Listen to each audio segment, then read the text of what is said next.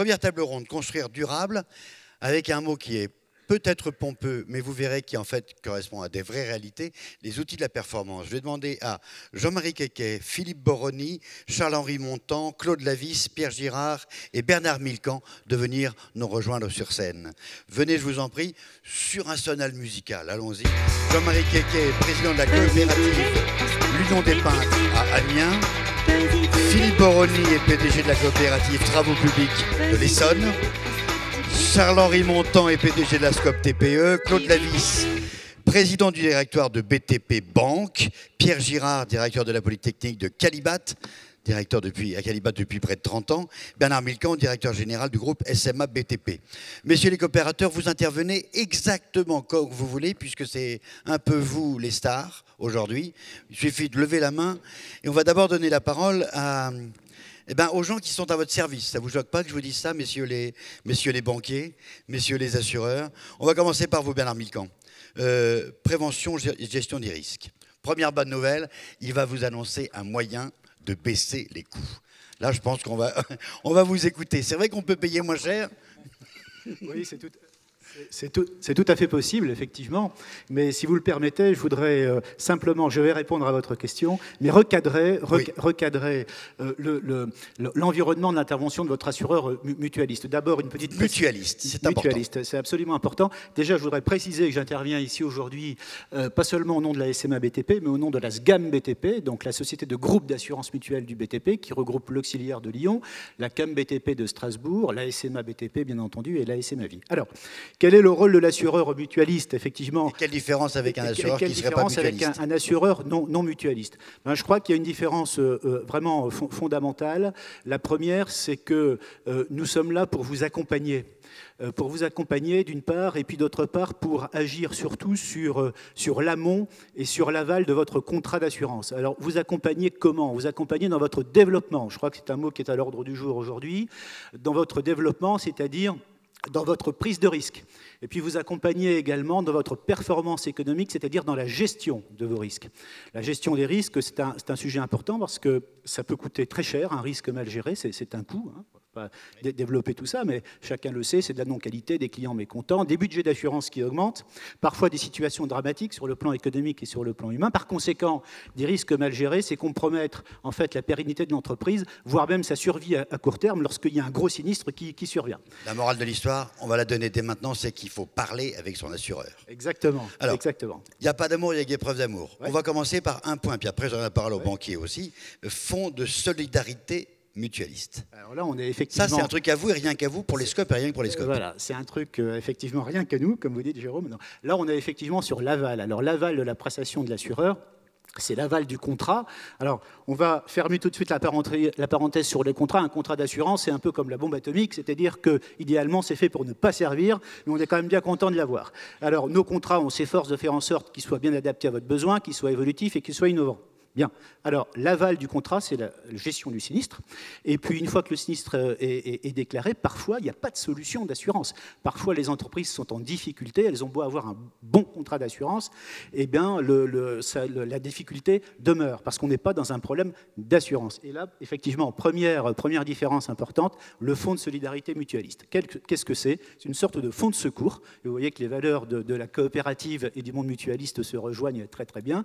C'est que lorsque nous avons une entreprise qui a un problème, que ce problème compromet sa pérennité et que ce problème ne peut pas se résoudre par l'application du contrat, même par son interprétation juridique et commerciale, eh bien le fonds d'intervention mutualiste peut intervenir. Ce fonds, aujourd'hui, il est doté d'une somme d'1 million d'euros. Il est géré par nos sociétaires eux-mêmes qui se réunissent en comités consultatifs régionaux, donc c'est complètement décentralisé. Et ce fonds, il est amené à intervenir dans les conditions que j'indiquais tout à l'heure. J'ai en mémoire un cas récent, parce que finalement un exemple vaut mieux qu'un long discours, d'une entreprise qui avait un problème contractuel avec un fournisseur, ce problème a été porté en justice et malheureusement pour l'entreprise, eh bien l'entreprise a été condamnée à une somme assez lourde. C'était une entreprise de petite taille, puisqu'elle a été condamnée à 229 000 € pour être précis. Ça s'appelle un sinistre. Ça s'appelle, oui, mais en l'occurrence, c'était pas un problème d'assurance. Ah ouais. Et donc, cette société payait cette somme, ça la mettait vraiment en très grande difficulté. Sa pérennité était compromise. compromise. Le fonds de solidarité a été saisi et il a pris en charge 50% du sinistre, hein, c'est-à-dire 100 000 euros. Vous voyez, c'est pas négligeable. Un gros pépin, même si ça ne relève pas de l'assurance dite traditionnelle, il y a le fonds de solidarité. Il y a toujours un recours possible au titre du fonds de solidarité. J'insiste sur le fait qu'il est géré par les entrepreneurs eux-mêmes. Ça ne veut pas dire qu'il est forcément déclenché. C'est vous-même qui, en fait, qui décidez si oui ou non il y a matière à l'utiliser. C'est parce que vous êtes mutualiste et paritaire. Absolument. Mutualiste. Mutualiste. Pas paritaire. Oui, pardon. Oui, pardon. Calibat, qu'est-ce que vous amenez dans la corbeille de la mariée? Alors, dans la corbeille de la mariée, Calibat, il amène déjà une antériorité. Il est là depuis très longtemps. Il est au service des entreprises du bâtiment. Et vous, ça fait 25 ans que vous êtes au service de Calibat? Pas 25, 17. 17? Oui, Ah bon. Mais c'est pas très grave. Non, c'est Wikipédia qui s'est trompé. C'est pas un souci. Oui, donc Calibat vient véritablement en apport aux entreprises avec une nomenclature, avec des qualifications qui répondent au marché d'aujourd'hui. On répond à la problématique des ENR, on répond à la problématique du reconnu Grenelle environnement. Est-ce que les scopes sont plus qualifiés ou moins qualifiés que les entreprises traditionnelles? Elles sont plus qualifiées que les entreprises traditionnelles. Et c'est un plus, c'est un mieux, c'est un avantage? C'est un avantage non négligeable. L'avantage principal pour une entreprise qualifiée, c'est qu'effectivement, là, pour le coup, elle peut aller voir son assureur. Ah oui? Oui, absolument. Je suis Calibat, vous me faites une réduc. Effectivement, Calibat est un partenaire de l'assureur comme des entreprises. Et il est clair qu'une entreprise qualifiée n'a pas les mêmes tarifs qu'une entreprise qui ne l'est pas. Je suis Calibat, je trouve plus de clients. Alors vous allez trouver plus de clients, vous avez en tout cas des supports qui vont vous permettre de pouvoir trouver des clients. On a des sites internet qui permettent en fait de valoriser l'entreprise. On va faire des campagnes, on va faire des opérations marketing, on va... Est-ce que c'est vraiment éprouver un atout concurrentiel? Prouver un atout concurrentiel, oui, parce que je pense que que ça soit du particulier d'ailleurs que des donneurs d'ordre public, c'est l'effet de transparence qu'a bien voulu l'entreprise. C'est une démarche volontaire de l'entreprise d'aller vers la qualification, de faire reconnaître ses compétences par ses pairs. C'est pas rien. C'est une démarche qui, à mon avis, est importante et qui peut, comment dirais-je, repositionner l'entreprise par rapport à d'autres concurrents. Je vous rappelle, monsieur le coopérateur, que vous intervenez quand vous voulez. En particulier, vous n'êtes pas d'accord. Vous êtes les rois. Les clients, donc les rois, hein. On passe au banquier. Bonjour. Bonjour, monsieur le banquier. Bonjour, monsieur l'animateur. Claude Lavis, président directeur de BTP Banque. BTP Banque, ça veut dire un peu comme l'assureur SMA proximité, parce qu'il y a marqué BTP, c'est pas n'importe quelle banque, c'est pas la banque. Ça veut dire échange, compétences, mise en commun. On essaie en tous les cas, oui. Donc BTP Banque, on commence déjà par être filiale du Crédit Coopératif, donc c'est déjà une bonne filiation pour les SCOP. Oui. On commence bien. Hein. Et puis alors ensuite, effectivement, c'est près d'un siècle d'existence dédiée au secteur du bâtiment et des travaux publics. Puis je crois que depuis quelque temps, un partage volontaire très fort de la gouvernance, au moins sur la stratégie et sur l'offre, avec les professionnels. Donc ça veut dire essayer de répondre au mieux, au plus près, aux besoins de cette profession. Concrètement, un mot, Oseo. Oseo, un partenaire avec lequel on travaille, qui peut effectivement nous permettre de démultiplier les pains, si je puis dire. C'est-à-dire qu'aujourd'hui, les fonds propres, c'est la denrée rare, c'est le souci de tous les banquiers dans cette réglementation qui s'entasse. Et donc Oseo est un partenaire qui permet d'aller plus loin. Mais c'est en notre sein que nous avons donc les compétences pour aider les entreprises, pour les amener dans cette période extrêmement compliquée à pouvoir continuer à vivre et éviter de ne pas être étranglés au niveau notamment de la trésorerie. J'entendais tout à l'heure dans le film, effectivement, la trésorerie, c'est le nerf de la guerre. Donc ça veut dire effectivement des capacités à pouvoir financer les entreprises dans leur exploitation, d'avoir des produits qui vont bien, donc du personnel, des collaborateurs compétents sur le terrain qui parlent le même langage. Donc je dirais qu'aujourd'hui on a deux constats. Un constat inquiétant, c'est-à-dire qu'on a des chiffres de financement du cycle d'exploitation des entreprises qui explose, et c'est pas qui augmente, c'est qui explose. Donc ça nous donne effectivement une idée de la profondeur de la crise et des besoins de trésorerie qui sont là. Et puis le côté positif, c'est que grâce à ce produit qui est effectivement utilisé par les entreprises sont maintenues à flot, la trésorerie est là, et les entreprises peuvent continuer à travailler en espérant, comme on l'a dit tout à l'heure, des jours meilleurs. Je peux vous demander un service, monsieur le coopérateur?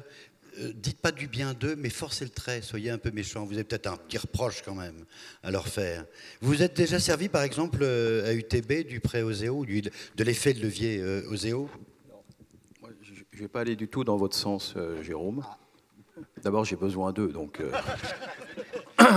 Vous leur devez de l'argent? Non, mais indépendamment de ça, je voudrais juste revenir un tout petit peu en arrière. Je crois que cette table ronde, au départ, j'étais un tout petit peu étonné sur le développement durable, à voir l'OPBTP, un banquier, d'autres tables rondes. Voilà. Et un assureur. Et c'est vrai que quand on parle de durable, on ne pense pas forcément à ça en premier. Et finalement, on a eu, je crois, tout à fait raison de commencer par cette table ronde, parce que le développement durable, c'est avant tout un état d'esprit, et c'est d'essayer de mettre des relations dans la durée, de construire dans la durée. Alors, moi, je n'ai pas du tout l'intention de lancer des pics à aucun de ces trois participants, parce que nous avons su, au niveau de la fédération, au sein d'ailleurs de notre propre entreprise, construire des relations extrêmement ancrées dans la durée. Et je crois que c'est cette chose-là qui est absolument fondamentale.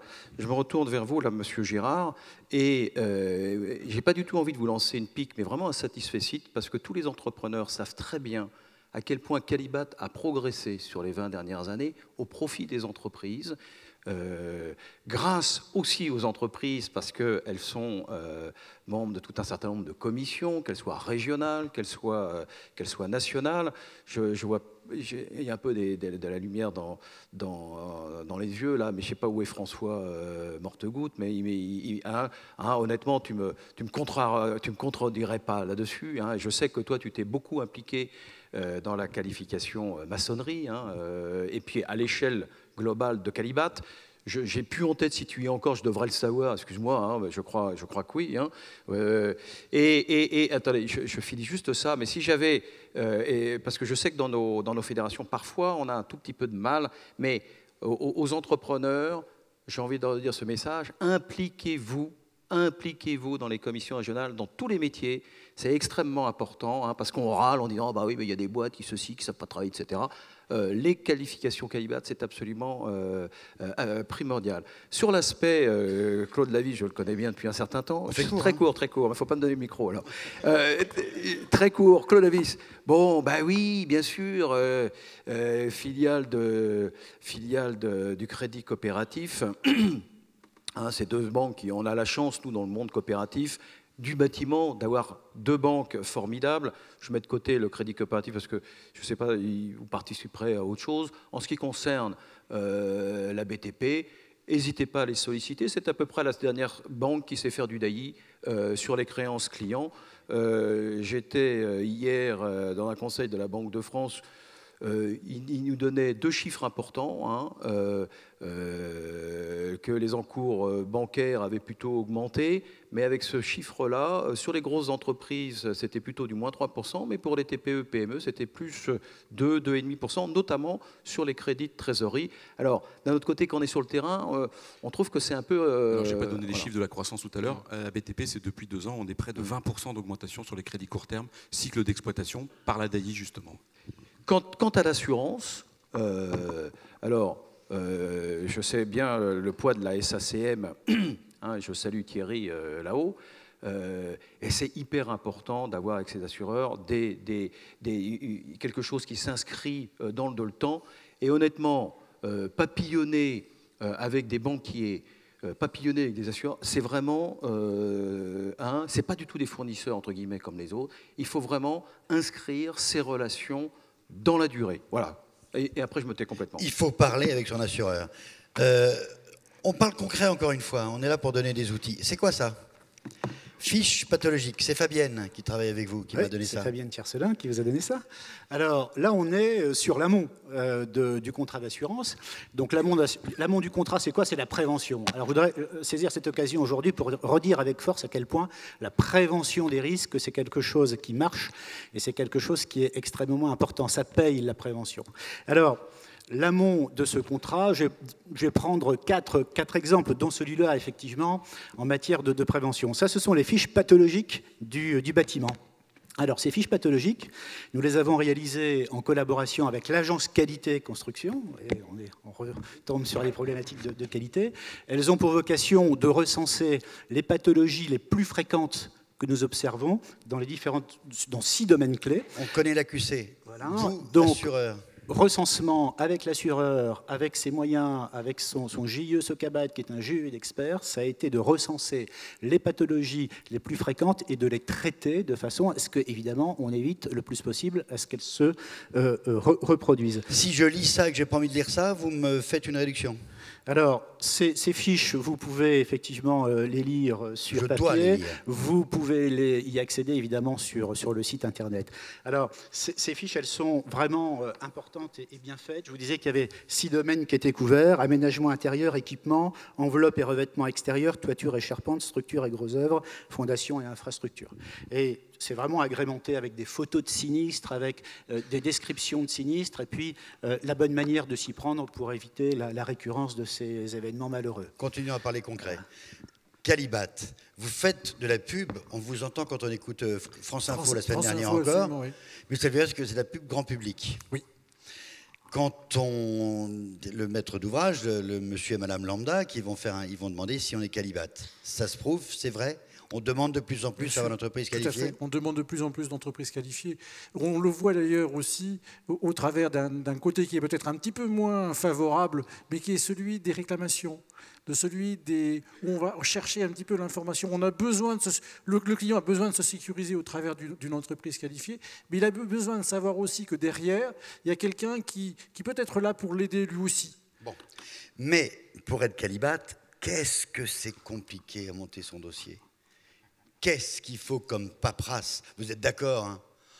C'est une paperasserie dingue. Il y a un effort à fournir. Il y a un effort à fournir, mais... Mais il paraît que vous l'avez déjà fourni.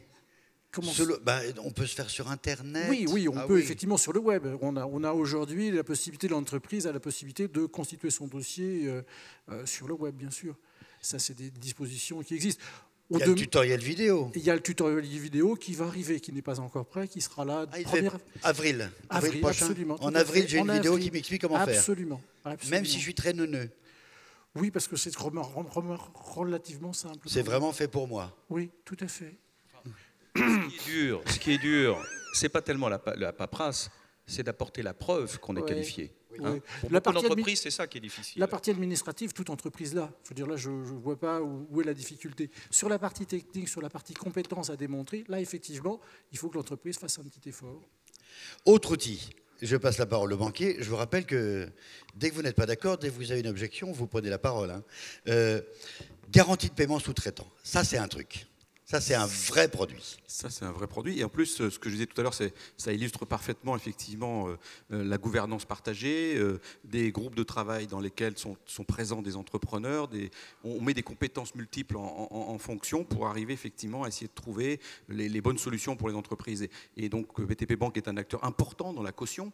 Alors, la caution de retenue de garantie, c'est assez facile, mais quand on entre dans les cautions financières, là, on voit effectivement beaucoup de banquiers faire la grimace. Donc, on a travaillé avec les entreprises pour faire que cette garantie financière, qui est la garantie de paiement des sous-traitants. Elle s'applique quand? Alors, c'est la fameuse loi de 75 que tout le monde dans la salle connaît, Jérôme. Mais oui, mais rappelez-la moi. Donc, c'est effectivement de garantir un petit peu les opérations inter-entreprises. C'est-à-dire que le sous-traitant, notamment, soit payé finalement, quel que soit le destin de l'entreprise principale et même du maître d'ouvrage. Même si le maître d'ouvrage, il ne paye pas, il a une défaillance? Absolument. Donc, la garantie de paiement de sous-traitant garantit également la défaillance du maître d'ouvrage. Donc on a mis au point un process qui fait qu'aujourd'hui, le plus grand nombre des entreprises peuvent bénéficier. Et je crois que dans cette période difficile, c'est de la sécurité que nous amenons dans ces relations inter-entreprises et qui fait que l'entreprise peut travailler tranquille. Elle sait que malgré tout, elle n'est pas liée au sort de l'entreprise générale ou des autres entreprises sur le chantier. Et ça, c'est extrêmement important. Et c'est un produit qui se développe beaucoup au niveau de la BTP. Et encore une fois, c'est un produit qu'on a mis au point avec les professionnels. Et ça, c'est très important pour nous que de faire les choses en commun et de répondre avec les entreprises aux besoins du secteur. Ça ressemble à une coopérative, hein, votre banque. Ça s'appelait corporatif. C'est corporatif. Ouais, corporatif. Voilà. Monsieur l'assureur, autre produit, Cap Engagement. Kesako. Cap Engagement, c'est un contrat de progrès qui est proposé par votre assureur mutualiste pour justement améliorer la maîtrise des risques et par conséquent réduire son budget d'assurance. Alors ça, on est vous vouliez des exemples concrets, on est vraiment dans du concret total, puisque l'entreprise qui fait la démarche Cap Engagement donc, signe ce contrat de progrès et s'engage dans un processus de collaboration et de partenariat avec son assureur qui met à sa disposition différents outils. Alors je ne vais pas tous les citer, je cite les principaux. Un processus de collaboration avec son assureur. Tout à fait, absolument, c'est un processus qualité. En français, vous faites un audit ? Voilà, donc audit des risques, hein, et notamment sur la base, évidemment, ça s'adresse à nos sociétaires, hein, donc sur la base de l'historique de sinistralité que nous avons en portefeuille, donc audit, diagnostic des risques, identification des causes, dispositif de formation, plan d'action et suivi annuel de ce plan d'action, mais j'allais oublier l'essentiel, nos mutuelles, la SMA BTP, accorde a priori, c'est-à-dire sans attendre les résultats, une réduction du budget d'assurance de 5% de l'entreprise qui signe... Répétez. Vous avez parfaitement entendu.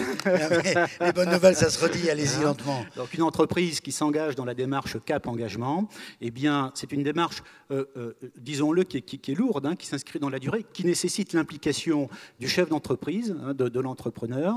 Eh bien, cette entreprise bénéficie d'une réduction de 5% eh bien, sur le tarif de son contrat responsabilité professionnelle. Parce que je parle avec vous, parce que vous m'avez audité, parce que j'ai fait avec tous les salariés. Il faut que je fasse quoi en échange? Que je promets d'être raisonnable, de ne pas faire de bêtises? Il faut que vous vouliez progresser. C'est-à-dire il faut vouloir baisser son budget d'assurance vers une démarche proactive. Et ça, on est là à vos côtés pour vous aider à le faire. Hein. Mais on ne va pas faire le boulot à la place de l'entrepreneur. Nous, on apporte des analyses, des diagnostics, des outils, une démarche. Et puis ensuite, il faut de la constance dans l'action, puisque évidemment, s'il n'y a pas de progrès au terme du processus, on rétablit la cotisation dans l'état où elle était ex ante. Voilà. Mais jusqu'à présent, ça marche très bien. Je disais tout à l'heure que la prévention, ça paye, et on le démontre à travers cet exemple. La prévention, ça paye. On commence à positiver. Il y a 6 sourires là autour de la table. Vous voulez intervenir? Oui, je voulais savoir si ça marchait également avec les entreprises qui n'avaient pas de sinistre. Alors on fait mieux que ça avec les entreprises qui n'ont pas de sinistre, puisque nous avons parallèlement à Cap Engagement une démarche qui s'appelle Cap Partenaire. Alors Cap Partenaire, ce sont effectivement des entreprises qui n'ont pas de sinistre, qui en ont très peu. Et là, on est en train de travailler à une batterie de services supplémentaires qui sont destinés justement à ces entreprises qui montrent l'exemple en définitif. Et on apprécie beaucoup ces entreprises, tout simplement, non, mais absolument, parce que la démarche mutualiste, elle repose sur un principe très très simple, c'est que les bons ne doivent pas payer pour les mauvais. Hein. Donc une entreprise qui progresse et qui ensuite finit par avoir une très faible sinistralité, elle doit en profiter doublement, d'abord par des tarifs qui diminuent, et puis aussi par la possibilité d'accéder à des services qui sont en train d'être élaborés avec nos partenaires. Philippe Boroni, coopérative Travaux Publics de l'Essonne.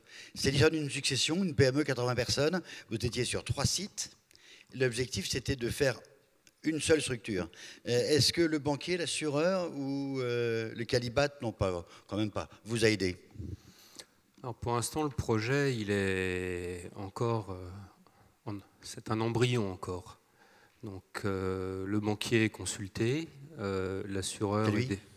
Ça ne sera peut-être pas lui, puisque ce n'est pas notre partenaire, mais notre partenaire est également mutualiste. On enlèvera ma question au montage. Mais on verra ça tout à l'heure peut-être. L'assureur est déjà consulté, puisqu'on les rencontre fréquemment. Et quant à Calibat, nous sommes une entreprise de travaux publics. On a des bâtiments à construire, on n'y connaît rien.